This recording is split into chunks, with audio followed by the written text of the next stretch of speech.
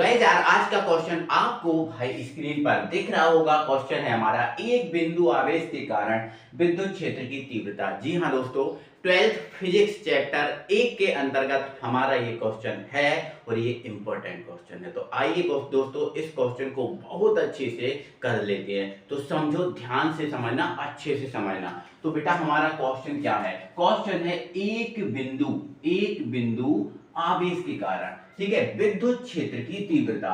एक बिंदु आवेश लेना है, पहले तो ध्यान सुन लो, एक बिंदु आवेश लेना है और उस बिंदु आवेश के कारण हमें जो विद्युत क्षेत्र की तीव्रता है ई, इसकी क्या करना है बेटा?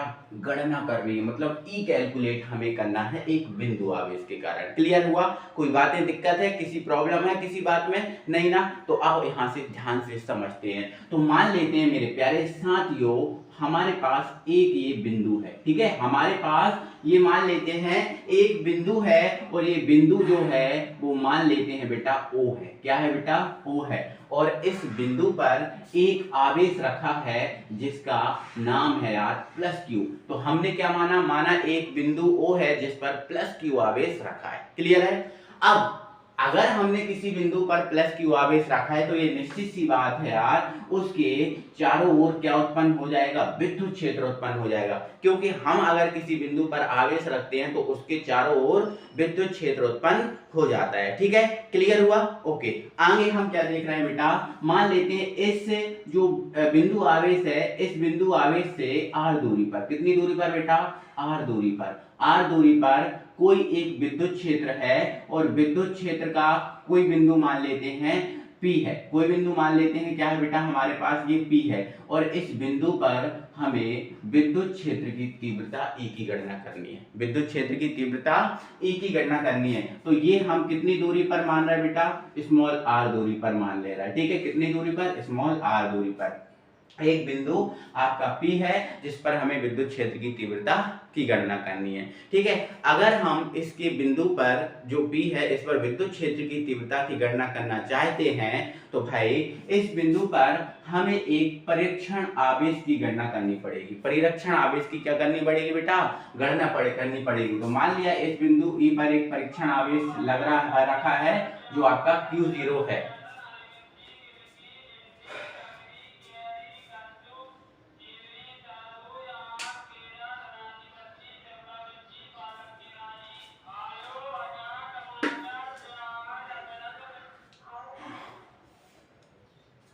तो गाइस यार, अगर हमें बिंदु P पर विद्युत क्षेत्र की तीव्रता की गणना करनी है तो भाई इस बिंदु पर हमें एक परीक्षण आवेश की क्या करनी पड़ेगी? गणना करनी पड़ेगी।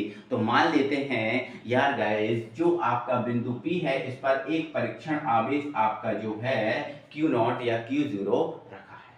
अब ध्यान से सुनना, अगर मैंने इस पर एक परीक्षण आवेश रख दिया तो एक आवेश यार गाइस हमारे पास ये है और एक आवेश हमारे पास ये है। अब ये कितने आवेश हो गए? दो आवेश हो गए। तो आपको पता है यार, कूलम नियम के अनुसार दो बिंदु आवेशों के मध्य एक बल लगता है ना? कूलम नियम के अनुसार दो बिंदु आवेशों के मध्य एक बल लगता है जिसे हम क्या बोलते हैं बेटा? कूलम बल कहते हैं। ठीक है, तो इनके मध्य जो बल लगेगा भाई वो कौन सा बल लगेगा?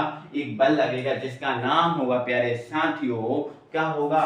कूलम बल होगा। कौन सा बल होगा बेटा? कूलम बल। ठीक है, और जो कूलम बल निकल कर आएगा उस कूलम बल की हेल्प से जो हम विद्युत क्षेत्र की तीव्रता E है इसकी गणना कर लेंगे। तो पहले जो हमने लिखा उसकी हल्की सी थ्योरी यार, ये बस नाम मात्र की थ्योरी है, जो डायग्राम में बनाया वही थ्योरी है। देखो हमने क्या लिखा, माना किसी बिंदु O पर, ये बिंदु O है, किसी बिंदु O पर एक प्लस Q आवेश रखा है, एक प्लस Q आवेश रखा है। इससे R दूरी पर एक बिंदु P है, एक बिंदु P है देखो, जिस पर विद्युत क्षेत्र की तीव्रता E की हमें क्या करनी है? गणना करनी है। ठीक है, इतना हो गया। इसके लिए देखो E की गणना करनी है, इसके लिए हम जो परीक्षण आवेश है, क्या है बेटा? परीक्षण आवेश। ये आपका परीक्षण आवेश है। ठीक है, परीक्षण आवेश। ठीक है, परीक्षण आवेश Q0, ये Q0 है, की गणना करते हैं। क्लियर है? अब इतना जब हमने कर लिया, जैसे ही हमने इसके ऊपर परीक्षण आवेश की गणना की तो ये जो प्लस Q आवेश है, इस प्लस Q आवेश के कारण इस Q0 पर एक बल लगेगा। किसके अकॉर्डिंग? कूलाम के अकॉर्डिंग, कूलाम नियम के अनुसार। हमने कूलाम नियम में देखा था कूलाम बल, ठीक है, तो लगा था ना बल, वही का वही बल लगेगा, ठीक है। तब आवेश प्लस क्यू के कारण क्यू जीरो पर लगने वाला बल क्या हो जाएगा बेटा, कूलाम नियम के अनुसार क्या होता है 1/4 पाई एप्सिलॉन 0, क्या होता है बेटा 1/4 pi epsilon 0 Q1 Q2 upon R square. वहां बल ये था, वहां बल ये क्यों था, क्योंकि भाई वहां पर हमने आवेश Q1 और Q2 लिए थे, लेकिन यहाँ पर बेटा आवेश हमारा Q और Q0 है, तो यहाँ जो आवेश है वो हम क्या लेंगे Q और भाई Q0। क्लियर है, ठीक है। और दूरी r थी तो यहाँ भी दूरी r है, तो ये आपका बल लग जाएगा। इसको आप समीकरण 1 दे सकते हो। आगे मेरे भाई ये तो आपका बल निकल गया है ना, लेकिन हमें क्या निकालना है, विद्युत क्षेत्र की तीव्रता ये निकालनी है। तो हम एक लाइन लिखेंगे, किंतु किंतु किंतु एक सेकंड बेटा, किंतु बिंदु P पर, किंतु बिंदु P पर विद्युत क्षेत्र की तीव्रता, विद्युत क्षेत्र की तीव्रता, किंतु बिंदु P पर विद्युत क्षेत्र की तीव्रता क्या है, E है। क्या है बेटा, E। और E का फॉर्मूला क्या होता है, जब हमने विद्युत क्षेत्र की तीव्रता बताई थी तो उसमें इसका फॉर्मूला ही बताया था। बताओ क्या था formula, E is equal to क्या था बेटा, F अपॉन Q0, यही था ना, F अपॉन Q0 था, बिल्कुल है ना, मतलब बल अपॉन आवेश था, बल अपॉन क्षेत्र आवेश था इसका फॉर्मूला। तो भाई बल आपका F लग रहा है, ये जो बल है, और आवेश क्या है Q0, तो ये हो गया, ठीक है। कोई दिक्कत है, अब कोई दिक्कत नहीं, आगे ध्यान से सुनना, ठीक है। अब यहाँ ध्यान से सुनना, एक लाइन लिख रहा हूँ, समीकरण 1 से F का मान रखने पर, समीकरण 1 से F का मान रखने पर, अब समीकरण 1 से देखो हमें F की वैल्यू पता है, ये जो F की वैल्यू है ना, ये जो F की वैल्यू है यहाँ पर हम पुट कर देंगे, ठीक है। अब यहाँ पुट कर देंगे बेटा, तो E जो आपका सेम रहेगा, E जो है आपका सेम रहेगा। F की जगह हमें ये रखना है 1/4 पाई एप्सिलॉन 0, ठीक है, और ये Q और ये Q0, ठीक है, अपॉन में क्या रहा आर स्क्वायर, और ये जो बटे में आपका क्या चल रहा है, देखो F की जगह रखा ये सब मैंने, ठीक है, और ये अपॉन में क्या चल रहा है Q0, तो ये रहेगा Q0, तो ये वाला Q0 ये वाला Q0 से कट जाएगा ना। अब हमारे पास जो बचा है वो क्या बचा बेटा, E is equal to 1/4 pi epsilon 0, ठीक है, Q अपॉन आर स्क्वायर। ये जो आपका फॉर्मूला है विद्युत क्षेत्र की तीव्रता के लिए आ गया, बहुत अच्छे से आपको समझ में आ गया होगा। लेकिन यार अभी ये फॉर्मूला अधूरा है, कब तक, जब तक हम इस विद्युत क्षेत्र की तीव्रता का मात्रक नहीं लिखेंगे। तो इसका मात्रक क्या होता है बेटा, न्यूटन बटे कूलाम, तो ये इसका मात्रक लिखना बहुत जरूरी है, ठीक है। तो ये फाइनली एक बिंदु आवेश के कारण विद्युत क्षेत्र की तीव्रता आ गई है, इतना ही आपको एग्जाम में करना है। अब मैं यहाँ से बेटा एक ऑब्जेक्ट बना दे रहा हूँ, ऑब्जेक्ट एग्जाम में आता है, तो देखो ऑब्जेक्ट बना रहा हूँ बेटा। देखो अगर मैं, देखो ध्यान रखना, इसमें बात करूँ, इसमें बेटा जो Q है 4 पाई एप्सिलॉन 0, ये जो है एक कांस्टेंट मान लिया जाए, इसको क्या मान लिया जाए, एक कांस्टेंट मान लिया जाए, ठीक है। तो यदि Q upon 4 pi epsilon 0 is equal to क्या है, कांस्टेंट, ठीक है, ये कांस्टेंट मान लिया जाए, और वो कांस्टेंट मान लेते हैं हम K, ठीक है। तो अगर इसको कांस्टेंट मान लिया जाए, इसको हम कांस्टेंट मान लें, तो बेटा क्या होता है, देखो ध्यान से सुनना, यहाँ ध्यान से सुनो। आपने देखो मैंने लिखा A समानुपाती B लिखा, क्या लिखा बेटा, A समानुपाती B, ठीक है।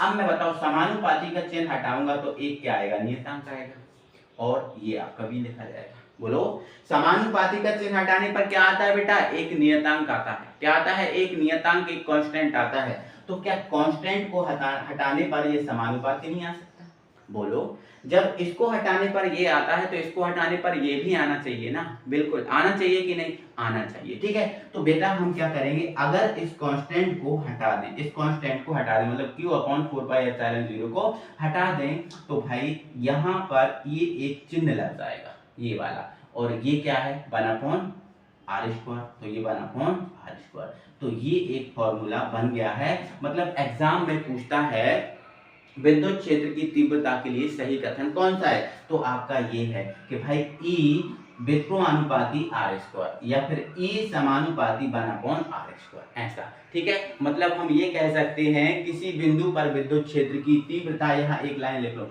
किसी बिंदु पर विद्युत क्षेत्र की तीव्रता दूरी के वर्ग के वित्रोनुपाती होती है, ये ध्यान रखना।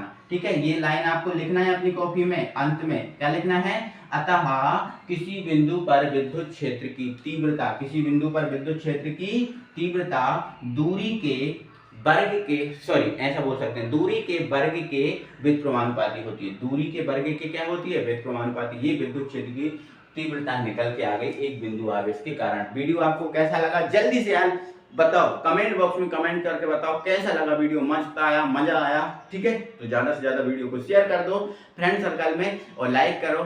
ठीक है, मिलते हैं अगली वीडियो में। Thank you.